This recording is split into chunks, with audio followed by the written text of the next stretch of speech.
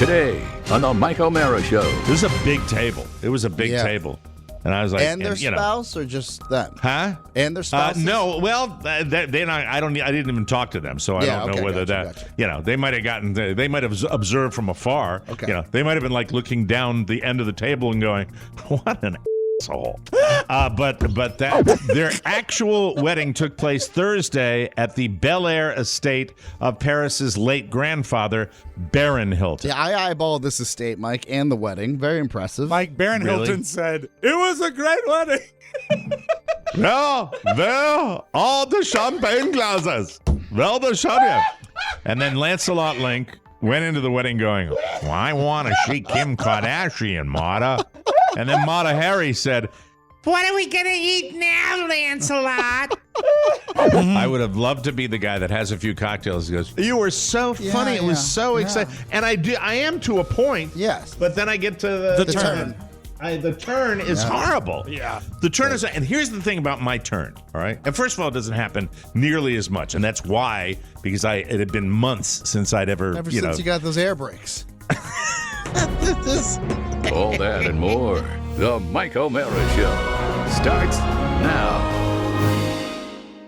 Mike O'Mara, Radio Entertainment. You can listen to the Mike O'Mara Show at MikeO'MaraShow.com. Let's get started. It's the Mike O'Mara Show with Mike O'Mara, Oscar Santana, and Rob Spiewak. Now, here's Mike. Welcome to the Mike O'Mara Show, enjoying our second decade of the show that has become a daily routine for thousands of listeners in great places like Falmouth, Jamaica. Did I pronounce it correctly? Yeah. Well, Falmouth in Maine would be pronounced that way.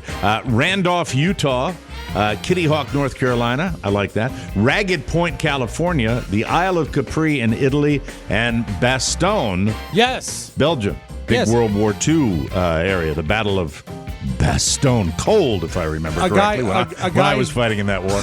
A guy who wrote that in is actually traveling different World War II sites and the Battle of the Bulge and all of those things, and that was a site that was sent to us. So I wish him safe travels. Very cool. That would be a trip my son would do. That would be a trip my son would enjoy thoroughly because he still doesn't realize the horrors of war.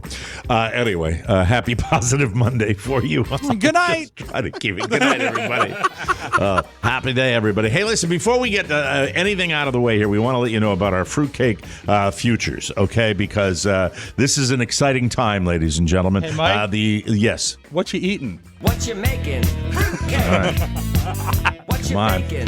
Work those fingers out. Let's get going. Here we go. Here we go. Do you have music? The fruitcake music, too? You like this? Hi, Monday. There it is.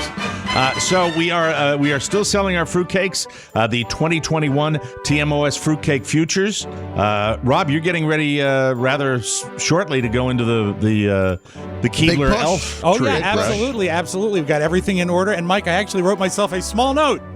See, in little tiny letters. I don't know if you can make it out, but the fruitcake ordering deadline is midnight on Friday, November 26, 2021, Black Friday. That is the deadline if you want a fruitcake. And are we able to get them to people before Christmas if they order by Friday? Yes, absolutely. All right. No guarantees. There are no guarantees because of the supply chain, but we're gonna, if you want to have a really good, is that true or not? First in, first out. FIFO. Yes. So we can't because no one can.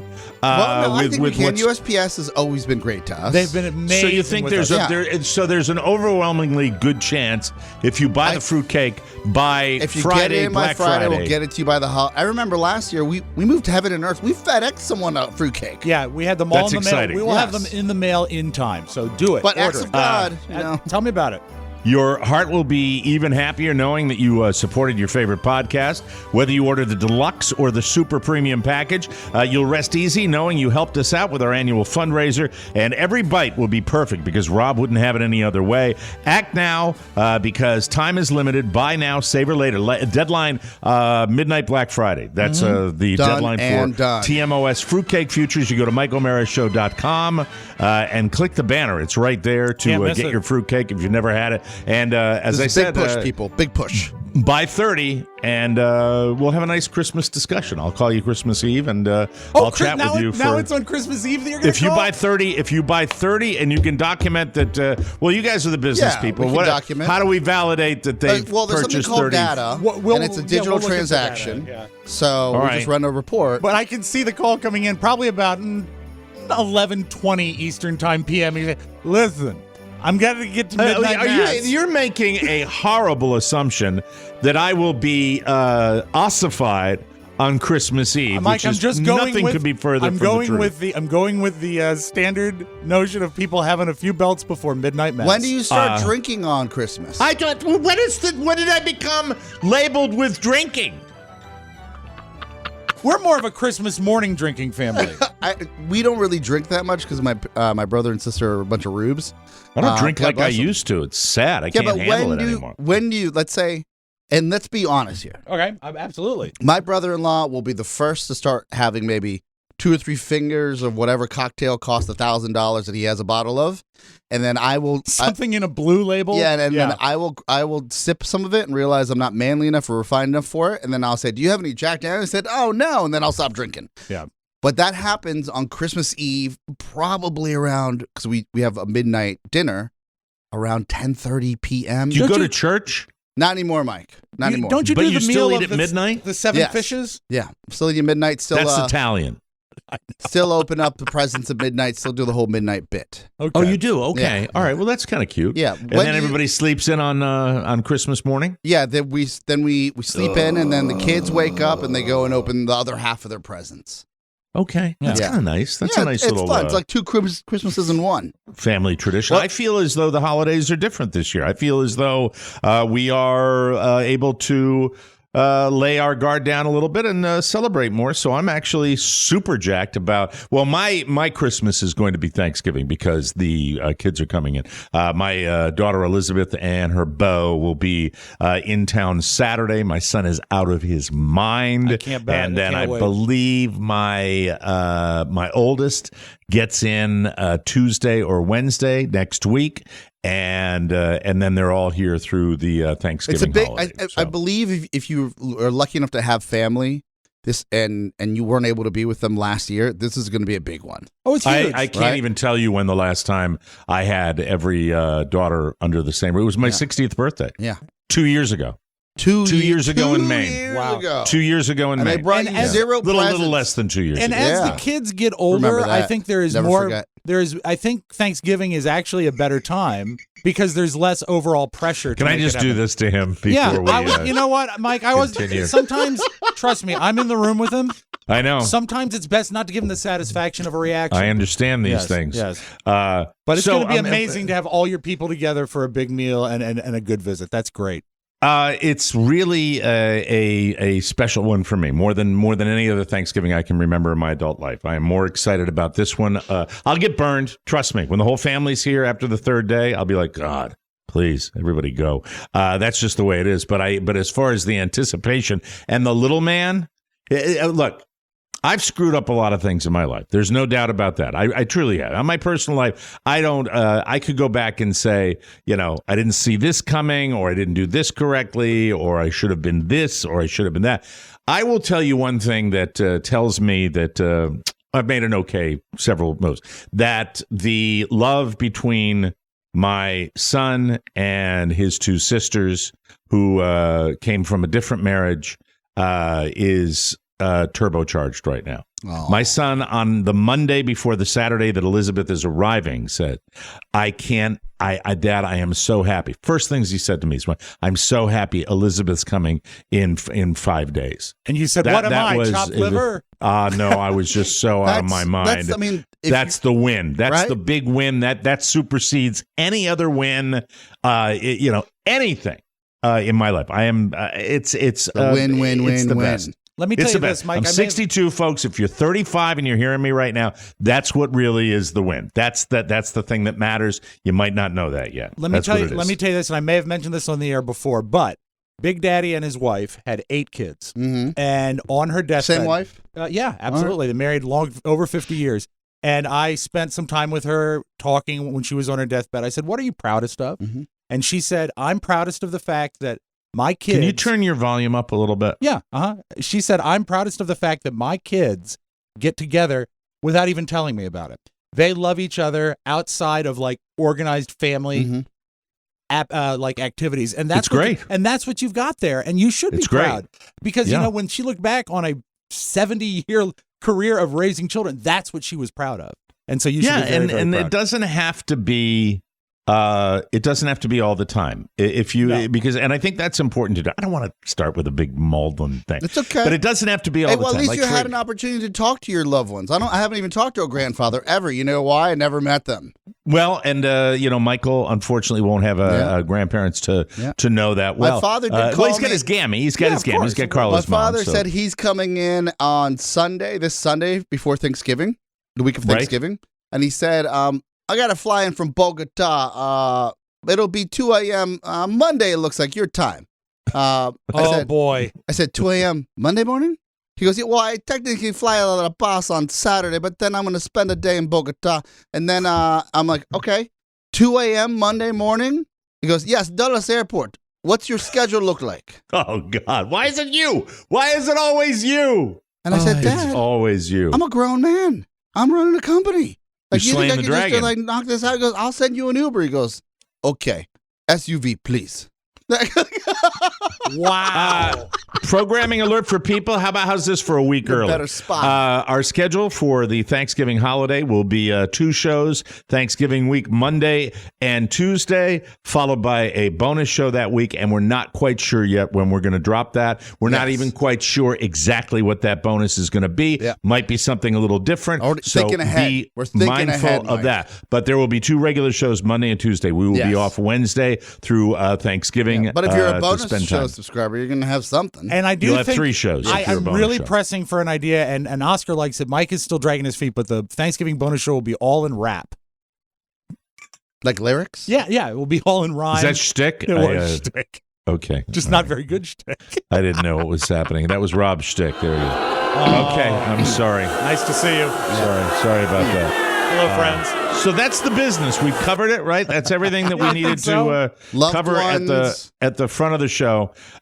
Sam Huff passed away this weekend. Rob has more Sam Huff stories than I do because Rob worked with Sam Huff. West Virginia's I own. bumped into Sam Huff. Don will probably be talking about Sam Huff. I'm not going to talk a lot about it. I met Sam Huff on an airplane one time. That was it. We used to make fun of Sam Huff because he was the color guy for the Washington Redskins, the Washington football team's broadcast, and we'd do shtick because they were kind of corny. Yeah. But they were original. You had Frank, Sonny, and Sam, who were the play-by-play guys for the Washington football team. And that's not the word I would use, but original is what I would use. The best is not. Best would be, Vin Scully would be the best. I will absolutely agree with you, but I will say this. I believe they may have been the first broadcast team that people would listen to the radio and watch TV. Well, here's the thing. And I think these were guys that were, like so many local announcers. They were homer guys. Of course. And that's what you want in your hometown announcers. I would, and I said this all the time, I am not a Redskins fan, Washington football team fan.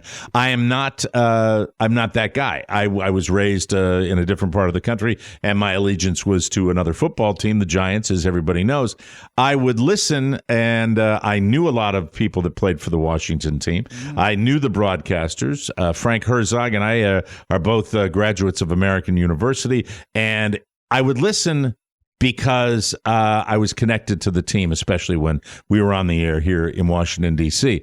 The thing about their broadcast, there was no other broadcast like this, where I would be out running around if I wasn't watching the game, and I would get into my car and I would turn it on, and I would know, regardless of them giving a score, I would know based on their tone whether the Washington team was winning or losing. Mm-hmm. That's how they were. It was just like, well, shut up, Sam, Sonny would say. Yeah. Well, I don't know what's going on with that. Sam Huff, you've read the bio, the great biography, obituary in the Washington Post about Sam Huff, talking about how tough he was. And by the way, Sam Huff made his name with my football team, the New York Giants, and was an amazing linebacker, one of the toughest guys ever to play in the NFL, and then he made the transition to broadcasting, where I thought he was a bit of a character, and you could really have fun The listening. chemistry between the three of them was fantastic. Well, the chemistry mostly between him and Sonny. That was what was great. It was, but also don't discount the fact that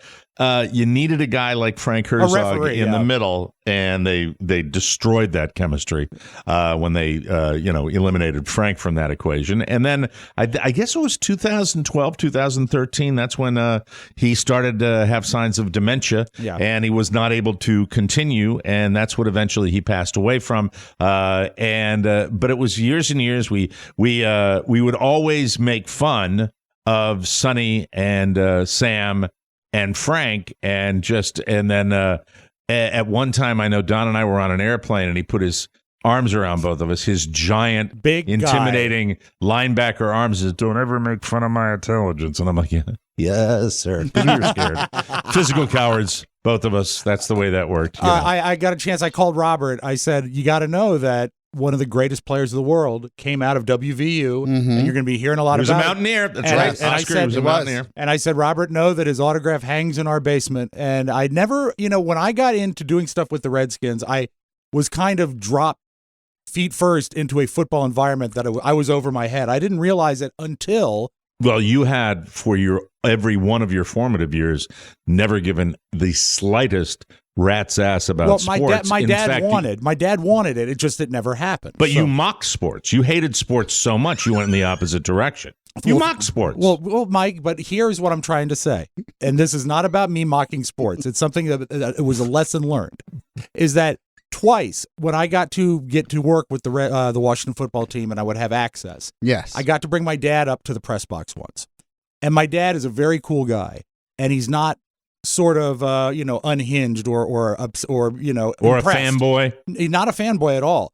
But except of a great ass. When he That's met his kryptonite. When he met Sam Huff, my dad grew up in northern New Jersey, so he was a Giants fan growing up. My dad was awed to meet Sam Huff. And then that's kind of like I would be with Carly Stremsel. And then the same thing again is when we brought them on at WJFK when Ron and Fez came up to the press box and they said, "That's really Sam Huff." And because they were Giants fans. They're Giants fans too. And then, I did a little research. I don't go back that far. That's interesting because I never went quite back to the Sam Huff era. I was too small. When you do the research, and there's a really fascinating thing, and it's finally on YouTube. I had to trade with people at NFL Films to finally ever see a copy of it back in the day. It's called The Violent World of Sam Huff. Yeah, I read about that in the obit that they had in the Post. And the whole thing, it's a grainy copy, but you can see it on YouTube. It's the first time they ever mic'd a player up. I'll kick your ass. Oh, my God, it's so fascinating. Cronkite, I believe in it, refers to it. This is like 1960. He calls it a reality show.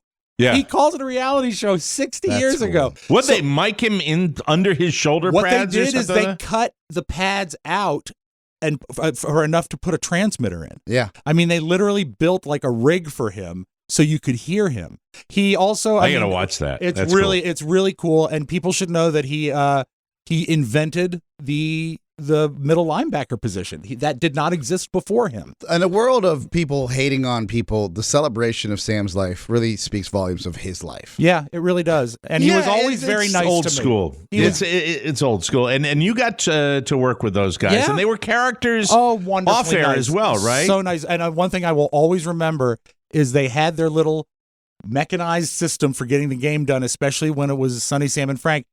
Every day, Sam would come in, look sharp, usually had like a tweed jacket, cup of coffee, and he'd undo his bag and he'd pull out his stats and his notes and his prep and a 2-minute egg timer.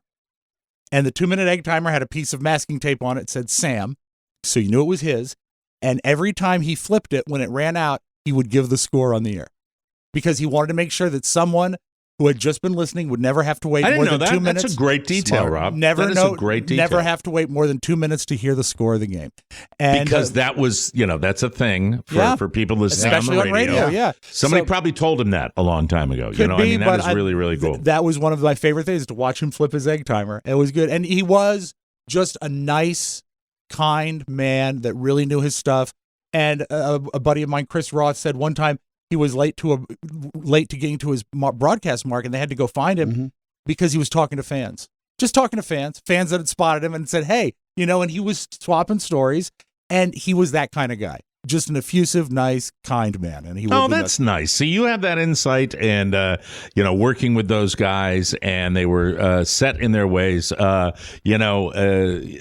Frank Herzog, really nice to us, and nice person. Frank's a great guy. Got a chance, and Sonny, was a great quarterback, and. Not so nice. It. Well, can I tell my? I don't know if it's not so nice. It's just Sonny was Sonny. No, Sonny was nice to us too. Yeah. Sonny was nice, but Sonny was accustomed to getting his way. Sonny, imagine if you will, one of the very first guys in the city of Washington. Yes, a man who probably had permanent damage done to his ass because of the amount of kissing. For his entire life. All right? Yeah. Do you know what I mean? I mean, it was just like, right? Yes. I mean, 100%. Sam had the country gentleman Middleburg thing going on. You had Frank Herzog, who was a TV broadcaster, and but Sonny was everybody wanted a piece of Sonny, and he was not patient. Can I tell two quick Sonny things? Two of my favorite Sonny things. Because if you're going to talk about Sam, it always has to get back to Sonny when you're from the nation's capital. When I was announcing for the Redskins, I had the pleasure and the luck of having full access to the stadium, including the tunnels underneath, which was the best way to travel around if you needed to get around. I'm coming around the corner and I hear tires. Every stadium has tunnels underneath? Yeah. Okay, I just want to make sure. Do you know what it's like to tell a story? It's just including the tunnels underneath. Every stadium has the tunnels underneath. Yeah, but I'm saying that not everyone has access to the tunnels. All right, jackass. get back to the Sonny. All right, okay. So Please, I'm coming around the corner and I hear just like tires on concrete. Yes, smooth concrete, and zooming through the concourse tunnel is Sonny in his black Mercedes, probably going 30 miles an hour in a stadium tunnel, and in his mouth is a plum. And he's coming and he zips by me. At this point, I know him well enough that he waves to me, but he never takes the plum out of his mouth. I gotta get to my parking space. Gotta get there. And Sonny had the best one in the stadium. Absolutely. Yes. He parked underneath. Because he was Sonny. Yeah. But my favorite, and this was long before I worked with him, is he was a regular call-in feature on the Don and Mike show. And we were at a Super Bowl somewhere, and he was on the stage with the great George Michael. And I said, instead of doing the call-in, we could do it live. And I go up, and I'm nervous. I'm a kid. I'm 23, right? And I say, and I have to get through a throng of people to get to him. Of course. And I said, excuse me, Mr. Jurgensen, my name is Rob Spiewak, and I produce the Don and Mike show. We talk every week on the phone, and I was wondering if you could free up a few minutes to come by and sit with us on Radio Row. And he holds up his hand like Caesar. He says, I know who you are. Stop talking. Yeah, okay. Stop. It's amazing we couldn't get guests then either.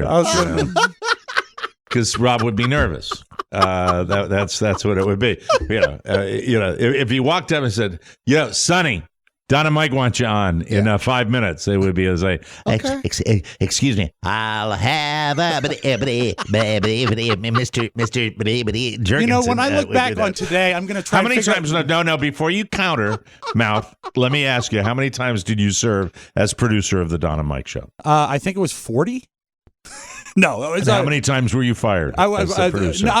Mike. Here's the thing. I think I demoted. I served as producer 3 times, but only demoted twice. There you go. I thought it was a lateral transition. Well, that's how I always wanted to look at it. But as I look back on today, he got the same pay. It's just title alone. Worked out. As I look back on today, I'm trying to think which story I'm more happy I told.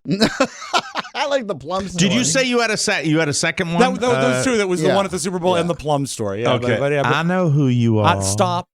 I know who you are. Would you tell the one that I like the best? Oh, okay. Because Sonny said this is a culinary story. This is a great one, too. Sam, we love you, but unfortunately, your quirky partner Sonny would always be the kind of the diva, and this is my favorite broadcast. Sonny, Sam, and Frank story. At the new stadium, the one that was originally called Ral John. Now it's still the one in Landover. They're still playing there. It's a horrible facility, but FedEx Field, because Sonny wanted it. The TV booth is always on the 50, and the radio booth is never on the 50 because people hate radio, but the radio booth is right next to the TV booth. So up there's this like lounge where they put out a buffet, for the TV talent, and it was always very crowded in the radio TV area, and you always knew Sonny was getting annoyed. Now you're loud, you're hot. I don't know why you're burning the mic, but it's it gets just, really just, close just a little to the bit, mic. Starts just a little eating bit it. less. I don't know what's going on with that. The audio is weird So- today. Go ahead. I'm sorry. And you could always tell when Sonny was annoyed because he'd mute his mic and he'd turn to their producer Jim McCorn and say, "Getting kind of crowded in here, Jim. Getting kind of crowded." But the best thing ever, and I saw it happen Because he more than hated it once. being like ridiculous. He just wanted to do the game. But the Right. one thing that was truly important to him is, and I'd seen it happen when they'd kill the mics for halftime. He'd take his headphones off and say, "Hot dog." Because he wanted a hot dog. He was thinking about the hot dogs. Well, he couldn't get up and get it. No, so he somebody was had to get it ready for to him. go, ready to get his I hot could dog. see that. Would that be a cue for like one of the producers to grab him a dog? No, Is just that to what get just the cue to get the hell out of his way, because okay. I'd see the process. They would call halftime. They'd go to spots. He'd take his binoculars, put them down, take his cigar, SJ9, put it on the eyepieces of his binoculars, headphones off, hot dog. Wait, he'd go and get it? Yeah. Oh, I thought he was asking for one. No. And then it was you like would clear the decks. I'm clear getting the a hot and dog. then you get to like great things like Pat Summerall would come out. He said, "Hey, Jergy." Cool. Oh, That wow, was his really? nickname because they go way That's back. Oh, cool. see, that's a long time ago. I got to see a lot of neat that's stuff in cool. my day. It That's was really cool. So, well, that's very, very cool. Hot and dog. Hot to and Sam Huff, as far as the cool thing about the position of middle linebacker in the NFL, and you see it today. And I'm certainly not as much of a novice as certain people, but I'm not a total non-expert when it comes to following football. The cool thing about the middle linebacker position is the freedom of the position defensively, which Sam really did blaze a trail, which is end to end between the hashtags. Roaming the field, the kind of predator and collisions like you would not believe. And he went up against the great Jim Brown. I mean, these were some of the most legendary tough guys, and it was just super, super cool, and really making that transition to the modern day football players in the 60s. That's when I cut my teeth watching the Giants with my father, and he didn't get the attention when he played nearly as much as later in his career. Defense So was that never it. very sexy. Defense was not the sexy Although they deal say that we the had. rumor is that the first time a crowd ever chanted defense, defense, it was for the Giants and Sam Huff. Sam Huff. And lived in Middleburg, was kind of a country gentleman out there, loved horses. Yes. Was involved in horses out in Middleburg, which is, I tell people, if you come to the Washington, D.C. area and you want to see some of the most beautiful countryside in the United States, go out to the Middleburg Plains area of Northern Virginia. It's really, really special. So safe travels, safe home. The best. Sam Huff, we love you, and we'll take a break. And when we come back, it's the homepage, and then later on we're going to have another regular feature of the Mike O'Mara Show that there's quite a buzz about the name of it, because that's how exciting we are, ladies and gentlemen. You're listening to the Mike O'Mara Show, and we'll be taking a little break and be back with more fun and more thrills. And if I didn't say so, happy Monday, everybody. Yeah. Sex. Well, People magazine have named Paul Rudd the sexiest man alive this year, and all I have to say is, where is the love? Were the TMOS P1 gentlemen even considered? Come on, recount the votes. I spent a lot of time on that sexy Twitch promo. Big Dark Energy. Paulie Christine has been killing it all summer, posting topless pics from his pool in Brooklyn. Jim Amato, Sex Machine. Robert Wood. Rick Schofield. Dennis Murphy. Adam Mayfield. I mean, come on, this is an outrage. So come hang out with the real sexiest men alive, the P1 gentlemen of TMOS, all of whom are subscribers to the TMOS Bonus Show. Get a Bonus Show subscription today. It's not for everybody, just the sexy people. Sex. Thank you, Twitch.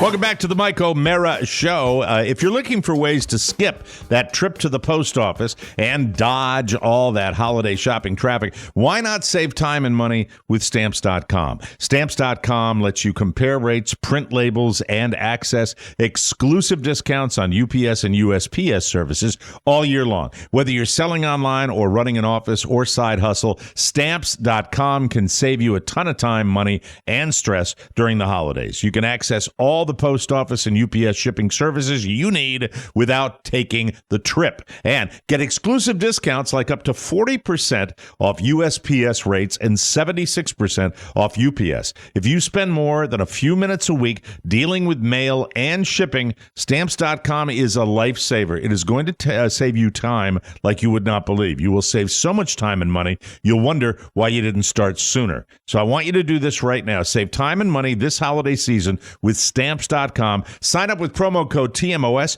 for a special offer. This offer includes a 4-week trial, free postage, and a digital scale, and there are no long-term commitments or contracts. Just go to Stamps.com, click the microphone at the top of the homepage, and enter the code TMOS. And to Stamps.com, you've been with us for a long time. We appreciate you, and you will appreciate Stamps.com, everybody. From the four corners of the World Wide Web and into your digital device, it's what you need to know. This is the homepage. I'm a little pained that I lead the news you may not need today with Paris Hilton, but, it was there. Yeah, it was there. She's been surfacing lately. She got married, and she spent... New reality show coming out, too. So. Yeah, of course, because... Naturally. All right, this might make you sick, but, it's celebrities in the news. Paris Hilton spent most of the weekend celebrating her marriage to Carter Reum, or Ram, or Riamamum. That's hot. Or Carter Flem. No, Carter R-E-U-M. Room? Pardon or me. Ram? Pardon me. Do you have a room? I think Chad Ram was R-H-E-U-M-E. Ram. And that was spelled Ram. Ram. Well, he was Ram. a jerk, though. Yeah, and I'm sure he's not anymore, but he was when he hit me in the eye with a hammer. Their actual wedding. Maybe Mr. Ram beat his ass. Because Mr. Ram didn't do that. He was kind of chill. That's right. Yeah. But he gave me a ride in my first ride in a real fast sports car. And I think that cemented my love of automobies. So there's that. And then did he offer you candy? No. Why'd you make it that way? I was just checking. He already had him in the car. He didn't have to give him anything. He already had him in the car. Sometimes he knows when, right? Sometimes Pony's got that little knife-like wit that comes right through at the right time. That was good. Mike, he flies under the radar. Stop. Their actual wedding took place Thursday at the Bel Air estate of Paris's late grandfather, Baron Hilton. Yeah, I eyeballed this estate, Mike, and the wedding. Very impressive. Mike, Baron Hilton said, it was a great wedding. Well, all the champagne glasses. Well, the champagne. And then Lancelot Link went into the wedding going, well, I want to see Kim Kardashian, Mata. And then Mata Hari said, what are we going to eat now, Lancelot? And they were all looking like they were eating peanut butter. So is that Conrad's son? No, Baron Hilton is the late grandfather. Oh, so Conrad is the son. Conrad is the son. Okay, forgive me. Because Conrad was a character on Mad Men. I was trying to put it in context of... Yeah, and Baron, didn't Trump name his kid Baron kind of based on that? You can name your kid the same name. Right. So I think there's two Conrads. There's a young Conrad and the father Conrad. Okay, very good. Thank you, Oscar, for explaining it so clearly. Well, I've been following the Hiltons for some time now. I understand that. So let me see. The weekend. Here's the weekend. Friday they put on a carnival after party with lemonade, funnel cakes, and hot dogs, plus plus a Paris Hilton themed carnival games. God, this is so badly written. I wish I'd written it myself. What would be a good Paris Hilton themed carnival game? You get to ride on the tongue. It's like Mike. It's like whack-a-mole.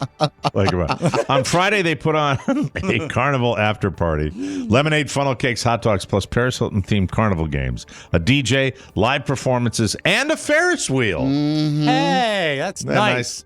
Then Spare no Saturday expense. night was a fancy dinner back at the Hilton estate, followed by a night of dancing. Well, when the hell is the wedding?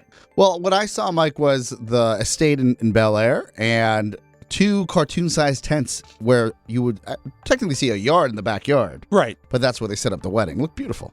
There were celebrities, of course, among those who showed up for one or all of the events. Kim Kardashian, Emma Roberts, Jaden Smith, Nicole and Sophia Richie, Ashley Benson. Who is Ashley Benson, Oscar? I don't know reality Ashley star. Benson.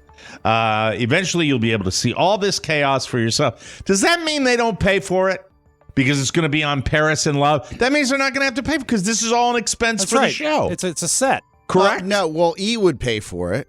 Or Yeah. no, I'm sorry, Hulu is the network she's on for her It's all reality show. Whoas. It's all done for money. No, Come but, on. but I mean, look, we dabbled in the reality. Bravo didn't pay us to film The Real Housewives of Potomac in our studios. It was a consideration. Yeah, they get it. They're slimy that way. Well, if you consider your wedding, let's say, what does a Paris Hilton wedding cost? Maybe what, $300,000, $500,000? All right. If you want to know everything, and I'm sorry, I still go back this far, and I believe people change and modify and whatever. I'm glad Right. she's getting married. If you want to know the Paris Hilton, my you favorite remember? part, go back and watch the interviews with David Letterman. Yep. All right? Watch the interview with Okay. David Letterman, where all she was capable of saying is, that's hot. You know. Well, anyway, everyone I'm not- grows up, right?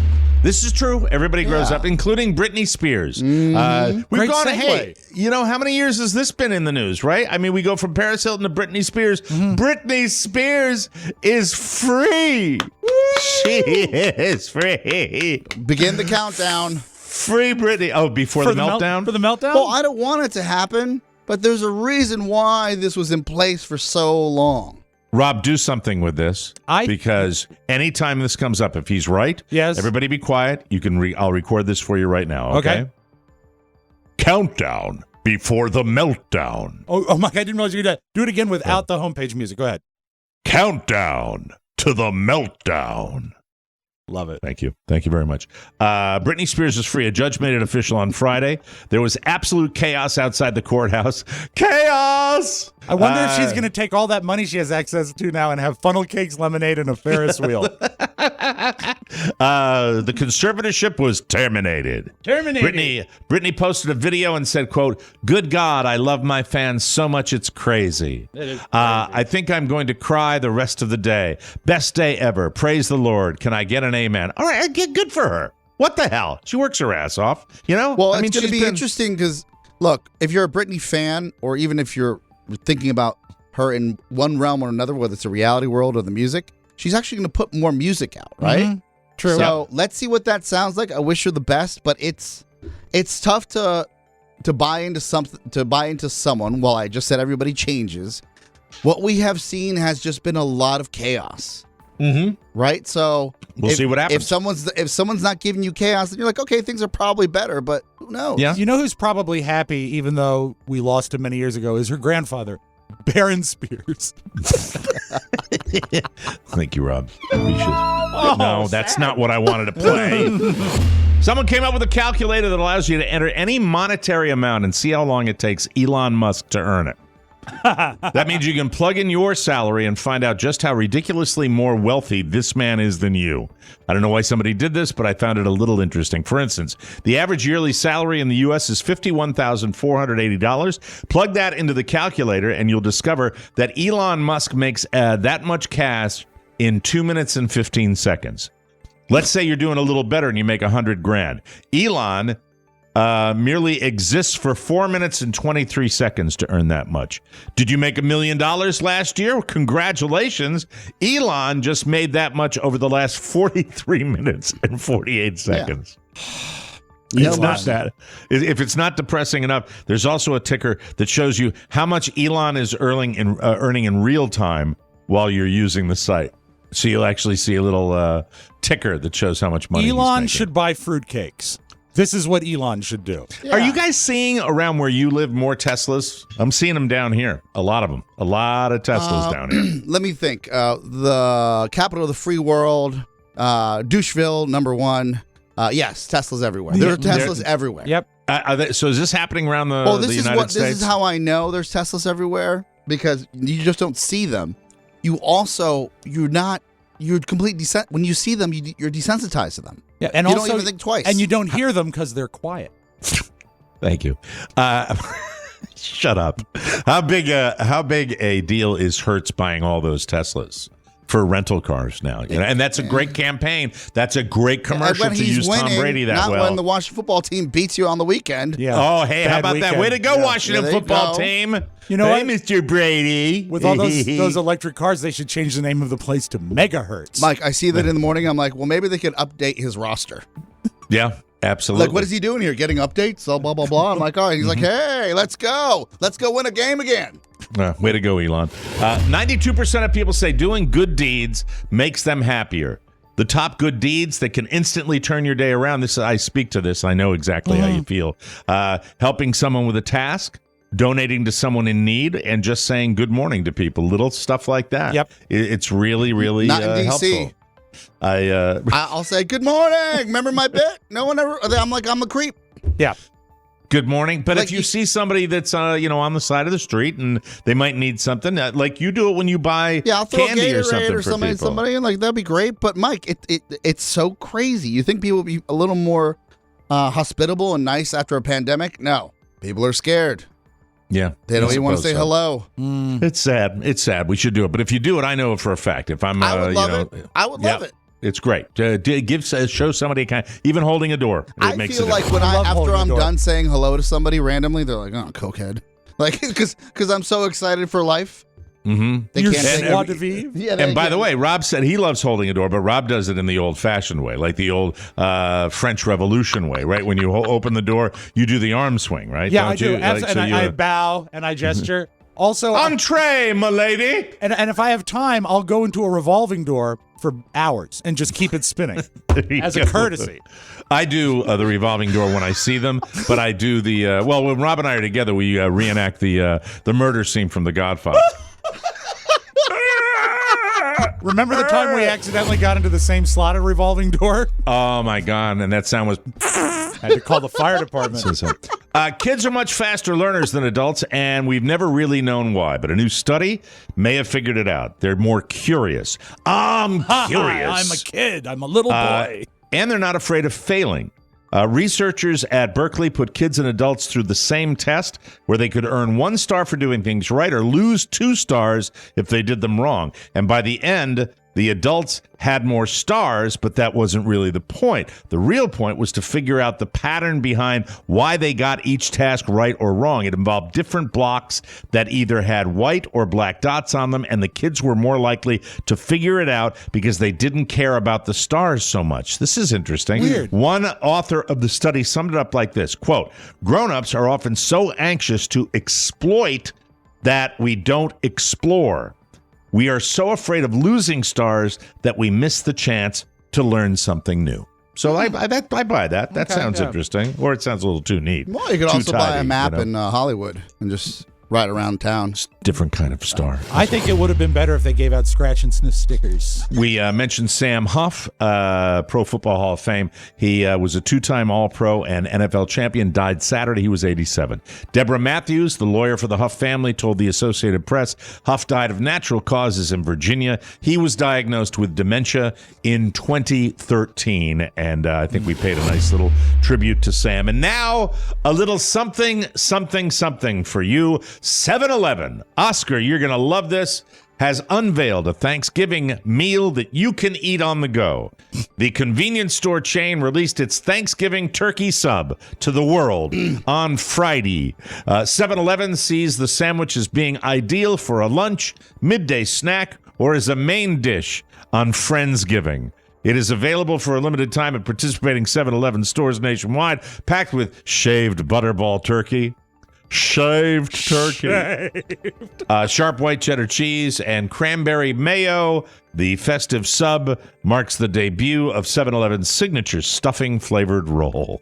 Mike, I'm not into designer imposter colognes or subs. The Gobbler, the original at Wawa, will always have my heart. Yeah. Well, they got noticed because of what 7-Eleven's think about doing. it. Just optics alone. When you walk into a Wawa, there's a full kitchen and people milling around in the back. The same guy that's checking out your energy drink is giving you your turkey gobbler at 7-Eleven. I don't like that. I like my world separated. Yeah. Yeah, but the best part is at 7-Eleven, you don't have to pay extra for the taste of exhaust. There you go, everybody. Yes, sir. Yummy, yummy, Ironically, Mike, 7-Eleven, the average weight of the person ordering that sandwich. And how do you open the door for people when you let them into the 7-Eleven? Please come in. We'll take a break and come back with more.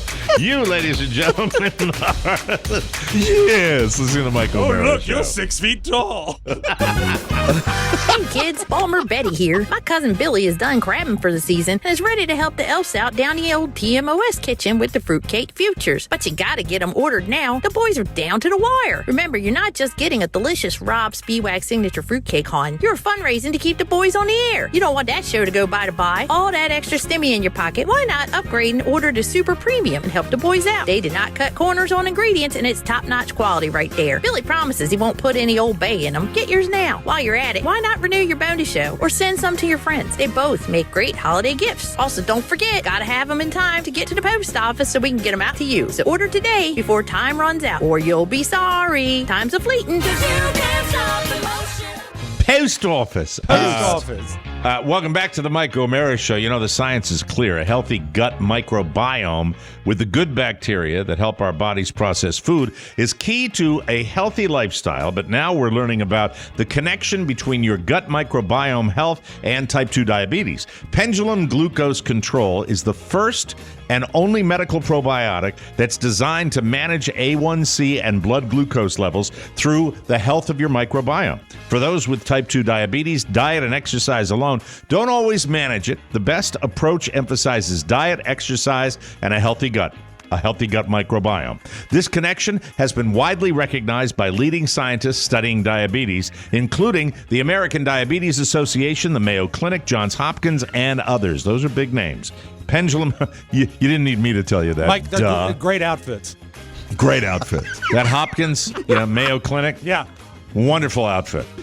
Pendulum Glucose Control helps fill in the gaps by providing the first and only probiotic designed to manage blood glucose and A1C levels. With Pendulum, you can feel in control of your A1C levels, not the other way around. Take control of your glucose levels today. Try Pendulum Glucose Control for 90 days. If you're not satisfied with your levels, you'll get your money back. Visit pendulumlife.com to find out more. Use our promo code TMOS for 20% off the first bottle of your membership. That's pendulumlife.com. Promo code TMOS. Thank you, Pendulum. And thank you, Rob. Thank you, Mike. Welcome back to the Mike O'Mara Show. Over the weekend, I had a wonderful weekend. I really did. I went to a Happy Valley party, and this was a new group that we were hanging out with, and it was a very, very nice affair, welcoming everybody back from a lot of people up north because we have a lot of snowbirds down here. As you know, I have a little social anxiety, and it was heightened to a degree because my apology tour for my bad behavior the last time I had been the apology tour was missing one final person. How many did you have to collect total? 4. 4, okay. You got 4 stars. 1, 2, 3, 4, 5. 5. Oh, 5. It was a big table. It was a big table. And I was like, and their spouse or just them? Huh? And their spouse? No. Well, I didn't even talk to them, so I don't know whether gotcha. They might have they might have observed from afar. Okay. They might have been like looking down the end of the table and going, "What an asshole." But that because it was just, and it was really all towards the very end. So really, only 2 guys that witnessed So let's go, put you on TV, race us out of the town, like walking out, just like that. But it was horrible, and I would be lying if I said it's not the first time I've had to do something like that. But in my you life. had 3 or 2 left within the set? I had 1. Okay, 20%. One guy, and I saw the guy, and again. Graciously accepted, very kind. Why do you laugh at that? Because How do you think it's usually going to go? I think there's the chance there can be a chilly response. There can be a chilly response, and I've gotten them. Oscar, I've gone on more of these than you have. And, I get that, but I've gotten all sorts of. I've gotten rejections. So that fear is in my brain. There are two things going on. Yes. Okay.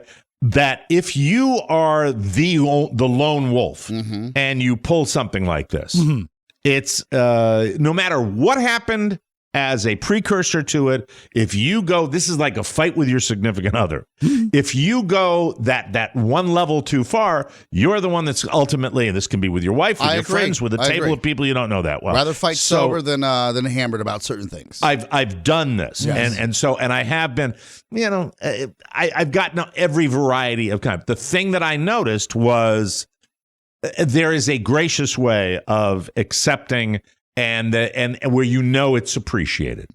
And the way this went down was the morning after my behavior. And there might be people going, what did he do? What did he do? I got a little too tipsy and my wife was upset and I was upset. And I said some things that I didn't. If you listen to the show, you'd know that. Yeah. And if you subscribe to the bonus show, you'll know even more. Know that. That's the way it goes.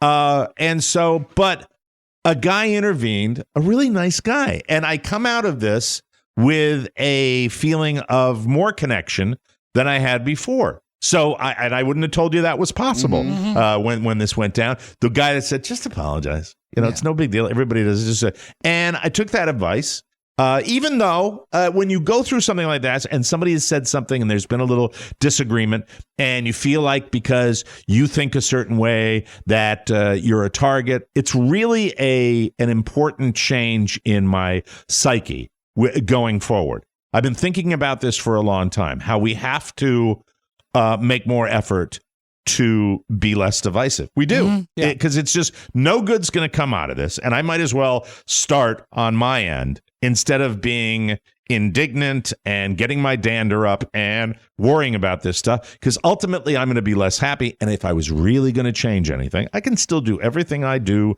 to live my life the way I want to and support causes that I like and support candidates that I like. But I think that we all, from the right, from the left, Democrats, Republicans, conservatives, liberals, have to try to right this ship.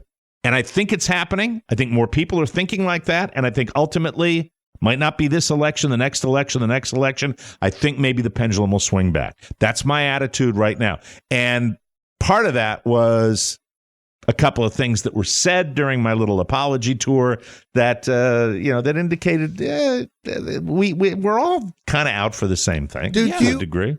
And I'm happy that this gentleman was kind of open to the. I am in a defensive. You ready? When he starts ready for talking. This? No, I'm ready. I'm ready now. I'm curious because I've never asked anybody this. Were the 80s like this between Republicans and Democrats? No, not even close. Right? It was classy. Well, I remember sitting at when I was a baby DJ, going to a party and talking about Bill Clinton on a patio at a guy that had a little crab feast in his backyard, and there was a semicircle of chairs sitting around me with guys, lobbing stuff at me, and I was debating, and it was at the time innocuous. It was not.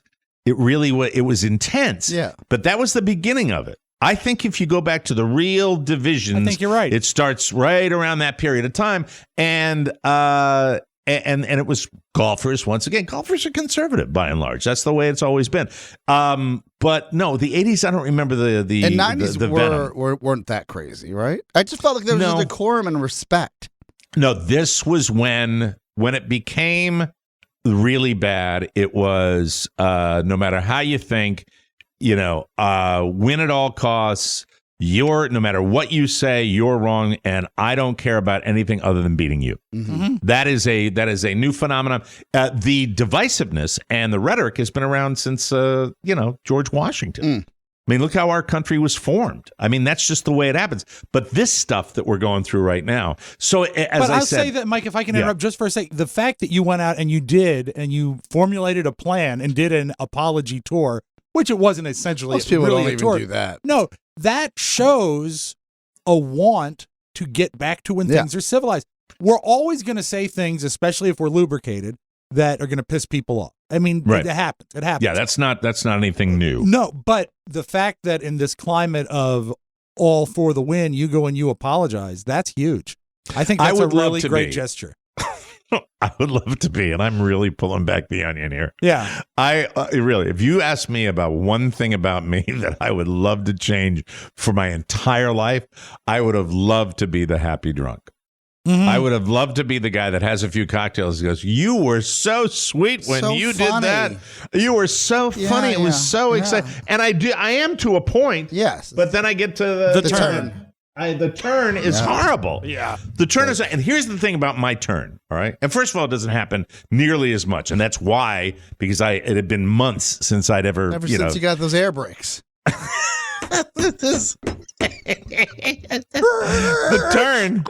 The turn will be, and Oscar and Rob can testify to this. Yeah. The turn for me can happen. There is no stumbling. No, it There is happens. there is no slurring. There is now. If you want to see, I've seen his eyes change color. Did Joel Rogers post that video for everybody when I was at you the could get it. meet Yeah, and yeah, greet? I think it's still there. If you want to see the turn, and Carly got me out of there with listeners before the turn occurred. If you want to see me immediately prior to turn, go look at the Joel Rogers video of me at the meet and greet in Spokane, and Joel is shooting me with the camera, and I say something like, "Oh, you're a little sneaky guy there, aren't Yep. you?" And then I go like this, and then I drink. And if you want to see, this is the supreme dick drink. This is the way I drink. I got to take the because I didn't have any glasses on right there. I go, oh, so my eyes are like this. I go, oh, you're sneaky little guy there. Then somebody's talking to me, and I look in the other direction. Oh, And I'm that's going, and I go, yeah. I look in the other direction. Yeah. Yes, I have seen that. Yep. So not only do you When turn, you see you're that, disregarding next time the you whole see deal. that, Yeah, get- it's grab dark. my Butterfly elbows. net. Mike, we need to get you out of here. Now what you'll probably get is I don't need to go anywhere. Hi, how are you? I'm fine. Well, that's great. Yeah, okay. So This slot machine knows suddenly me money. I'll be sitting there with a random person. You'll befriend them. So how you doing? Where'd you get that? That's a stupid shirt. Oh boy. And then and then it's just it doesn't like always it's over. happen. It doesn't. It doesn't. No, it doesn't always It doesn't happen. always happen. No. It doesn't. But sometimes Hour 7 into like heavy drinking. You know what? Oscar and I do have one thing. Yeah. Oscar knows this. When you have that problem where you're not quite sure of the events of the previous evening, that's usually when something like that is going. It's When you're like, horrible. what happened? Yeah, horrible. Oh, it's horrible, terrifying. horrible, It's horrible, terrifying. horrible, when horrible. you So- live the next day like the movie Memento. Literally. So that was the best part, but even better, we get to this shindig, and they had a lady at the entrance to Happy Valley on a ring, dressed in a skin tight like Cirque du Soleil bodysuit. Yeah. And that you want to talk In about their instant. home? No, this was at the place where everybody gathers. At the party? The Happy Valley Country Club. at the party. And the party, and she was in and Wow. pouring champagne into a glass. It was that Man, shishi a party. That's how you feel. That if I ever saw that, I'd think immediately of Judge Smales. Elihu. It's easy to grin when your ship has come in. But you know what? You know when you see it, and and there wasn't. That was it. Other than That's still that, it was gorgeous. But it was still well laid. But I thought of Real Housewives when I saw that. It was that or much like fun. a really well done quinceañera. It was really cool. What's a quinceañera? The 15-year-old birthday in Latin households. Yes. Quinceañera. It was nice. It Yeah. was really It's nice. like a sweet 16 minus 1. A big, my super sweet quinceañera. So it set the tone for the weekend. So it was, pretty good little Friday night. What does It she was, do when she runs out of champagne? Huh? She's So up somebody there. hands her Somebody another has a bottle. bottle, yeah. I got a video of send that over. Carla I'd love to going see up it. and filling her glass. And Mike, you Yes. should know that in Happy Valley, no one ever runs out of champagne. There you go. Thank you. Thank you. We'll be right back, everyone. And now, Tales of Aviation History with TMOS P1 listener Captain Joel Rogers. There he is. Well, folks, from the flight deck, this is Captain Joel Rogers. On behalf of all 61 members of your Frankfurt-based flight crew, it's been a pleasure having the 36 of you on board our transatlantic flight today. Captain. We've begun our initial descent into the New York area where the weather is scattered clouds and isolated thunderstorms. Scattered. As a reminder, instead of duty-free shopping on your arrival, why not visit the Mike O'Mara Show shopping center for all your in-flight needs? Target and Walmart have everything for your comfort and onboard snacking. Visit MikeO'MaraShow.com and click the banner to place an order. Because of the headwinds extending our flight time to 77 hours, the local time is 7:25 p.m. on May 6th, 1937. Let me be the first to welcome you to Manchester Township, New Jersey. We know you have a choice in rigid airship travel, and we thank you for flying the Hindenburg. See what he did there? That is funny. It is. I love it. Joel Rogers. And keep posting, Joel. So I funny. love your posts. I love your posts all over Most the of world. Now, why do you say that? Not the video you just talked about. No, that was good. I've Funny. watched that. I have watched that 1,000 times. You didn't ask him to take it down. No, You're, it's only- you're funny about it. Only No, kidding. I looked at it and I go, oh my God, I hate me. You Anyway, actually said, I can see my father Yeah. Oh. you did in say me. that. Yeah. well, He didn't have a turn. He just was fun, right? yeah. Well, no, I got out of there. I had a turn later. Yeah. Anyway, I'm not getting out of the car. Anyway, so. Yes! So, Rob, how's your little trip down to West Virginia? Gotta study. Gotta know thyself, people. Yes, and it's please. the only way you can try to improve cryptocurrency. Might feel like a super secret or exclusive club, but Coinbase believes that everyone, everywhere, should be able to get in the door, whether you've been trading for years or just getting started. Coinbase can help. If you identify as crypto curious, get it? Coinbase makes learning to buy and sell simple. Coinbase offers a trusted and easy-to-use platform to buy, sell, and spend cryptocurrency. So right now, let me go to my computer and go to my Coinbase. You're an and enthusiast. see- I'm setting my father up this coming week because we had a big conversation about the crypto outside of picking him up at 2 a.m. from the airport on Sure. a day that didn't work out.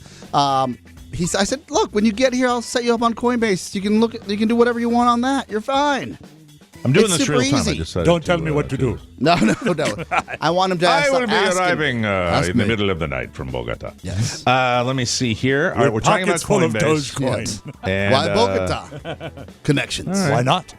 Yeah, well, he's got Okay. There's got to be a direct flight, I imagine. all right, I'm still hanging in there. That's good. Mike, I love remember, it. That's how easy. By the way, I just did that real time. Yeah, I did that. I went to done my and Coinbase done. account. Done That's and it. done. It's really this is exactly who I am, folks. When I talk about Coinbase, if you are, and I am crypto curious, you hear so much about it, you see so much about it. I took a small amount of money and I went to Coinbase.com and I got myself an account and I'm watching it all the time to see how it does. And it's fascinating. It Fun. really is, because it is, is it going to be automatically the wave of the future? I don't know, but it's great to have a wonderful, cohesive web page to watch The this app on. is And great. Yep. Coinbase has Bingo, a bango. phenomenal app. Yep, absolutely. So if you're into digital currencies, you want to check it out, they make it accessible to everyone. They offer portfolio management and protection, learning resources, mobile app that Oscar was just talking about. You can trade securely and monitor your crypto all in one place, which is what I just did. Millions of people in over 100 countries trust Coinbase with their digital assets. Whether you're looking to diversify or just getting started, visit the website and check it out. It's a great time to get started. For a limited time, new users can get $10 in free Bitcoin when you sign up today at Coinbase.com/TMOS. That's Coinbase.com/TMOS for $10 in free Bitcoin. This offer is for a limited time only, so be sure to sign up today. Coinbase.com/TMOS. And thank you, Coinbase, for sponsoring the show. Good stuff. Before we got started with the show, I will tell you that we were all talking about 60 Minutes, and that's how they get you. And this dovetails into a television program that my daughter recommended, and I'll talk about that a little bit later. But what we were talking about was the 60 Minutes piece that was focusing on the supply chain as we go into the holidays. I found it the most depressing, very sad 60 Minutes story I've watched in so long, with the 80 container ships off the coast of California and the containers being left on the dock and the truckers pointing fingers at the warehouses and the warehouses pointing it was such a... Where is Jimmy Hoffa when you need him? He's in the end zone at Giant Stadium. You know what depressed me the most? Yeah. This is what got me, Oscar, when they were all talking about why things aren't getting here and all the goods that are coming from another country. And how small businesses are getting like crushed, absolutely screwed. Yeah. Guy with this tiny little warehouse that relies on these appliances to come in from China, and that he ordered 8 months ago. That he ordered in May. Yeah. Ridiculous. It's so frustrating.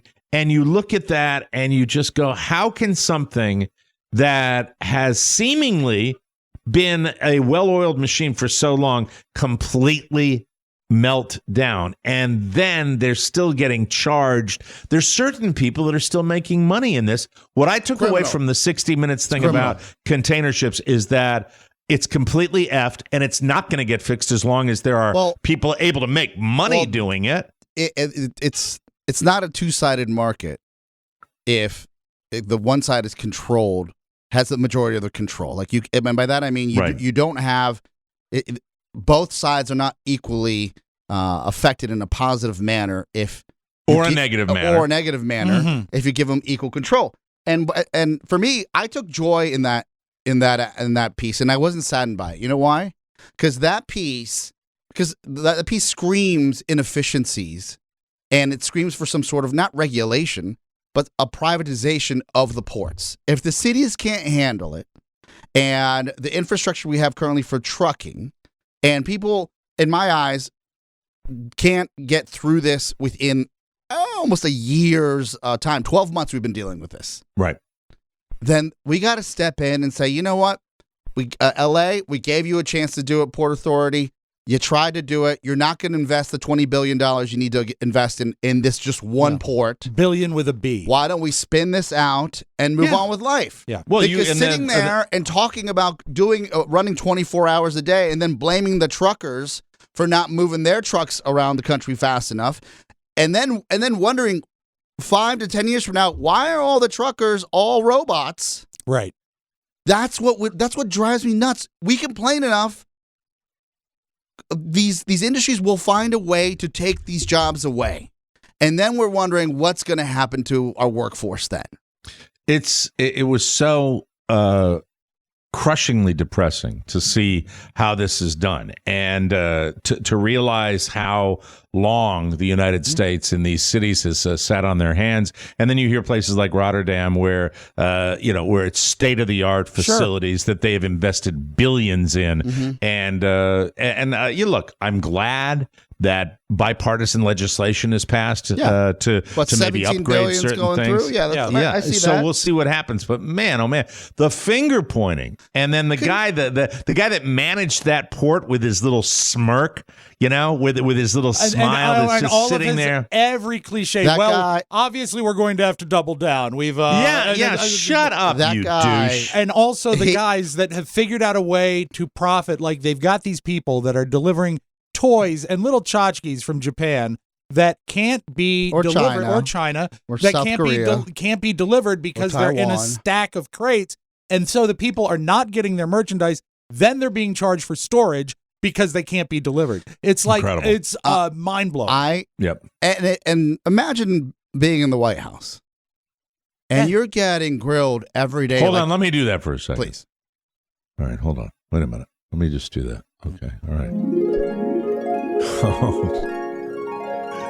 May I have a chicken salad sandwich, please? All right, go ahead. I thought you'd have a shark sandwich. I thought you and a spicy shark steak. Hot dog. Mm-hmm. You get up. Hot dog. So as Oscar was saying, imagine you're in the Casablanca. So you get you're the Biden administration, and you're getting all these hot calls, and you're like, I can't. Like you're trying to do everything you can to move what is run by a city, not by the federal government, at what point do you say, F it, we're moving along? Yeah. We're taking it Oscar away. mentioned Google or Amazon or something like that. You know, put off the air, big we were boys talking in about charge. this. They said, why don't they just say, hey, Google, we'll give you a sweet deal on this. Take your billions, build a better system, and then we'll give you tax incentives for till the day the cows come home. What's amazing to me is that we cruised along without any knowledge or concern about this for so many years until they started stacking up ships outside the port, and no one really knew that this was. I'm sure there were certain people that we didn't see any on that particular report that were raising the alarm about the fact that this was coming, but COVID. Showed exactly what the flaws are in our system, and we're dated, we're antiquated. As far as also stuff. And by the way, there are repercussions down the line, just environmentally. If you think about that oil spill that happened right off Orange County, right?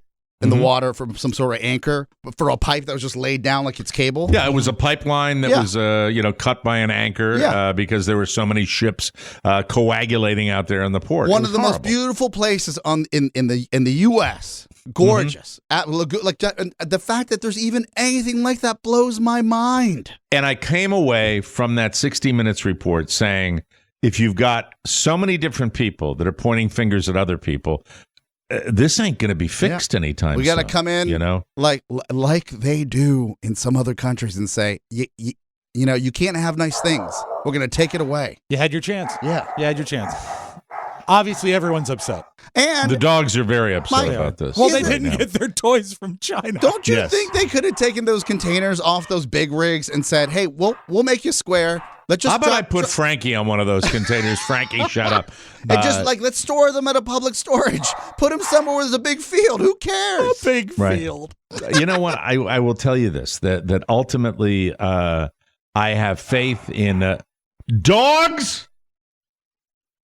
Thank you. I just feel like there's a bunch of fat cats sitting around being like, oh, now 60 Minutes is on us. Yeah. We actually got to do something now. Everyone's looking at us. Yeah, when Oscar talks about other countries, like the countries where they bring the military down, it's like, click. Hey, how about you get this done? Yeah. Wouldn't you like to see somebody like with maybe a military weapon at that guy's back and go, you think maybe you could fix this today? The guy with the gray hair says, you know what? Now that I have a gun in my back, I don't care so much about color coding the containers. Yeah, exactly. Exactly. It's sad. It's very sad. And it dovetails into when I heard about the people that were making the money on this with storage, that we're all rubes. And if you want to watch a program about the opioid crisis that brings it home and where this all came from, and how unimaginably corrupt the pharmaceutical business was when it came to OxyContin, I want everybody in this audience, and I've never recommended anything higher, to watch the movie miniseries, I should say, Dope Sick with Michael Keaton. This is Hulu, right? It is Hulu. What's the subject matter? The subject matter is the advent of OxyContin to the marketplace under the guise of being less than 1% addictive, which was a complete ruse and sham. And this particular program exposes every inch of the corrupt pharmaceutical relationship with the FDA. These institutions that we have forever thought of as unencroachable and uncorruptible. It is absolutely stunning. And then when you talk about the nature of being able to label something as less than 1% addictive, that in effect is horrifically addictive, life-destroying stuff, poison in many cases that these people have gone through.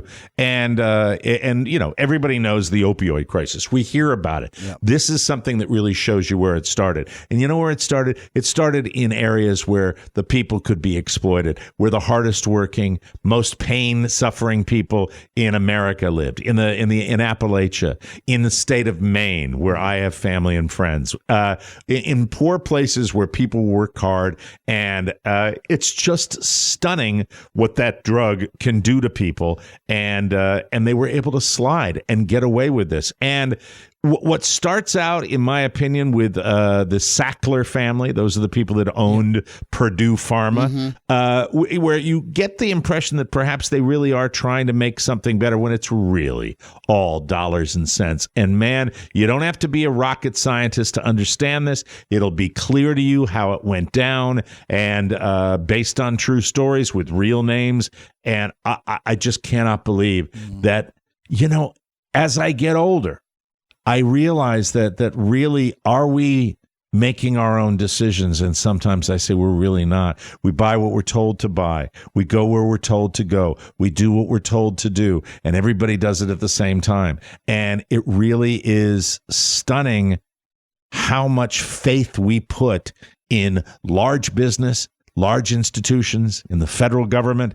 And it's mind-numbing how it happens. Do you think watch this. It's called Dope Sick on Hulu. I think it's an amazing piece of television. Did the problem begin when the big business and big government realized they had the power to steer us? No, I think this is as old as time. I think the rich have been doing it to the poor forever. I think the people that, we think that there are rules, and we think that just because somebody's got a bottom line and a lot of money in the bank, that they're going to behave the right way. Nothing could be further from the truth. And keep your eyes open, because it might be us as a species. I don't know. It might be the United States, might be our system that lends itself to this. But man, oh man, when you think about it, I'll be honest with you. It was probably 5 years ago that I became aware more than I've ever been. Thought about corruption, thought about people taking advantage of other people lying, people stretching the truth. But you look at this and you go, how many companies are involved in this kind of crap, and how much of this corruption? And unfortunately, the standard operating procedure, the way I look at it, when you talk about Washington, D.C., is people that are in charge of regulating a certain industry end up going into that industry to give the private sector, and their salaries get doubled. Yep. That's how is that ever going to help people? How is that going to protect people? But OxyContin. And, as you guys know, opioids affected my family very, very, very directly with my daughter, Catherine, when she lost her boyfriend to an overdose. I will tell you, and I'm going to do more research on it. It's not just watching a television program, but it was my daughter who recommended this, my daughter, Catherine, who lived it, who watched this. And it's stunning.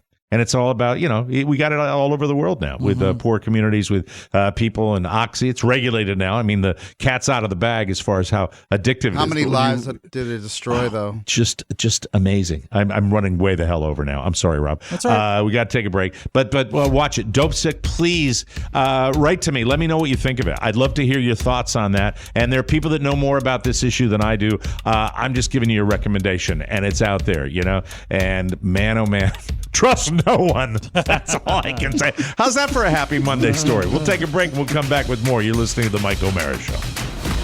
If you missed the latest bonus show, you missed a lot. And if we stand on it, we stand behind it. And poop. My mom likes to flash it in the oven. I like Thelma Lou. In what way? No, I think she's hot. Rest your meat. Well, if we can't do it right, we shouldn't do it. The TMOS bonus show is your only chance to get that 5th hour of laughs, and it's sent to your device every Friday. Try a week, a month, or splurge for an entire year subscription. Your support keeps that comedy train chugging. Click the bonus show banner, get a subscription, and start laughing now. It's all at MikeO'MaraShow.com. Thank you, Jim Amato. I appreciate that. Welcome back to the Mike O'Mara Show, everybody. This portion of the Mike O'Mara Show is brought to you by Solo Stove. There is nothing like the feeling of a wonderful gathering around a warm fire. And we even have it down now in West South Florida. You're in the sweet spot weather-wise, right? It's terrific. Cool evenings, smokeless fire pit. Solo Stove makes it even better. Instead of having to constantly dodge campfire fumes, hey, you smell like a dumpster fire. You can sit back, relax, and actually enjoy the fire. And this year, you can shop Solo Stove's Black Friday sale early. Get great deals on a Solo Stove fire pit from November 11th through the 18th. Enjoy the mesmerizing flames. all the opportunities to create more good moments and lasting memories. Solo Stove fire pits are brilliantly engineered, made with premium-grade 304 stainless steel and a 360-degree airflow system that maximizes efficiency while minimizing smoke. I love how it unpacks in seconds, and it's ready to go. How easy is that? How great is that? It's easy to light, too. It's fantastic. Take Solo Stove with you. Go to your friend's house during the holidays. Shop Solo Stove's best deals of the year early from November 11th through the 18th. Actually, through the 18th, because the 11th is in back of us. Yes. So we might want to modify that. Well, they wanted to let you know there was a limited time offer. Yeah, I know. The 11th is not even relevant anymore. Right. I said the 11th. I said, well, I missed that. But it is through the 18th. And what's today's date? This is the 15th. Yes. So the 15th through the 18th. Do I it. might have come to rehearsal and changed that. Plus a lifetime warranty and free 30-day returns. That's $10 off the early Black Friday sale at solostove.com. Promo code TMOS. Do we even have time for it? We haven't renamed this. I know. Tomorrow we have to, Who's at in the it? beginning of the show tomorrow, we have to name this thing that we do. I'm Pat Neely, and it's time to save to win, baby. He's He's visiting. alive. He's just visiting, but Mike, Young buck. he's not alone. He has other things with him. Family Dollar AA batteries, Family Dollar bowls, Family Dollar flex straws, Family Dollar stainless steel scours, Family Gourmet cream of celery soup, Family Gourmet jalapeno slices, Family Gourmet raisin bran, Family Gourmet whole kernel corn, a toy helicopter, Family Gourmet prunes. I missed that show. That was such I a do great too. show. Such a short run. Not Yeah, fair. Really, I think only 8 episodes, but every one a classic. Yeah, absolutely. And you got to know all those wonderful products they have at Family Dollar stores. And remember, if it was like a drugstore, it was Family Health. But Family Dollar Health, was and if food. it was food, it was Family Gourmet. Exactly. Family Gourmet prunes. Now, I always tend to forget that the big Christmas tree at 30 Rockefeller Center is a cut tree. Yes. It's not a living tree that Real they tree. decorate every year. And they took delivery this year. Mike, as a Christmas tree salesman, this is mind-boggling. A 79-foot Norway spruce from Maryland. 79 feet. That's like 8 stories tall. We initially said, no, you can't have our tree. But ultimately came to the right decision that this is the right destiny for it and the proper Stop place it for a it, second, 'cause I'm on the kick. Okay. I'm on the kick. You didn't come to the right decision. They offered you enough money for it. Exactly. That's what it was. We ultimately came to the right decision. Yeah, And we then- hacked down the beautiful thing of nature, chopped it up so it can be sitting in the middle of a stinky city with people farting on it. Come fart on the tree at 30 Rock. That's the Al Roker special An this optimistic year. Monday. It's Al Right. Roker's fart on the Christmas tree special. That's right.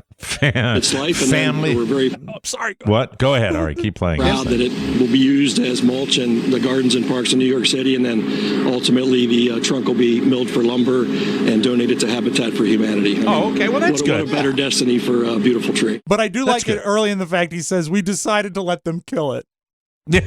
What about? Well, it's true. I know. Think about this. Last year, wasn't there like a virtual lighting? Because you couldn't even gather in New York City. I think New York was verboten Yeah. Yes, during exactly. the holidays last year. Yeah, All right.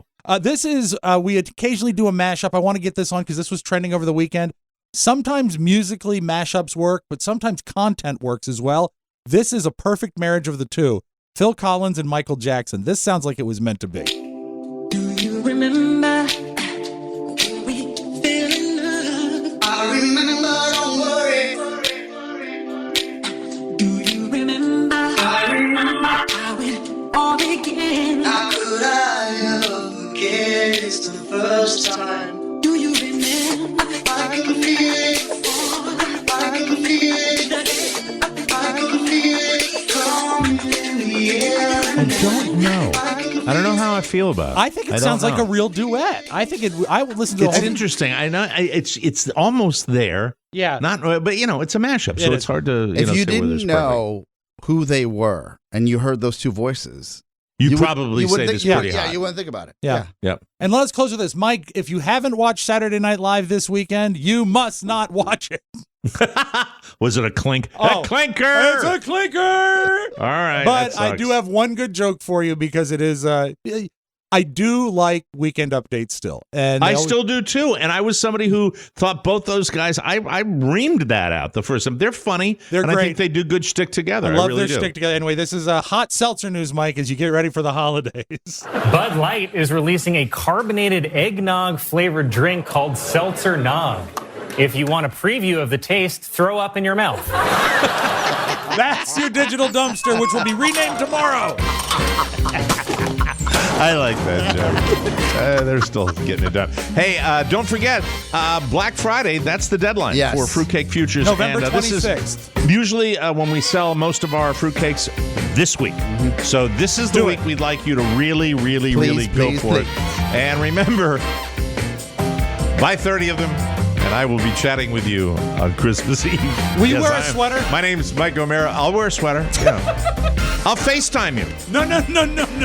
Just a I will phone call. FaceTime you with a sweater, with a Christmas sweater. Now, I don't know what I'll wear, but I will FaceTime people. Okay. I will. Zoom is hot. Maybe I'll Zoom. Don't get bogged down with details. Buy 30. Fruitcake Futures at MikeO'MaraShow.com. Please help. Please. We got to get out of here. We'll see you tomorrow with a brand new show. For Rob Spiewak and Oscar Santana, Mike O'Mara saying so long, everybody. Aloha. Ciao, ciao. Want more? Make sure you check out the Mike O'Mara Bonus Show. Get it at MikeO'MaraShow.com. Mike O'Mara, Radio Entertainment. Make good choices! Good night, ladies. Good night.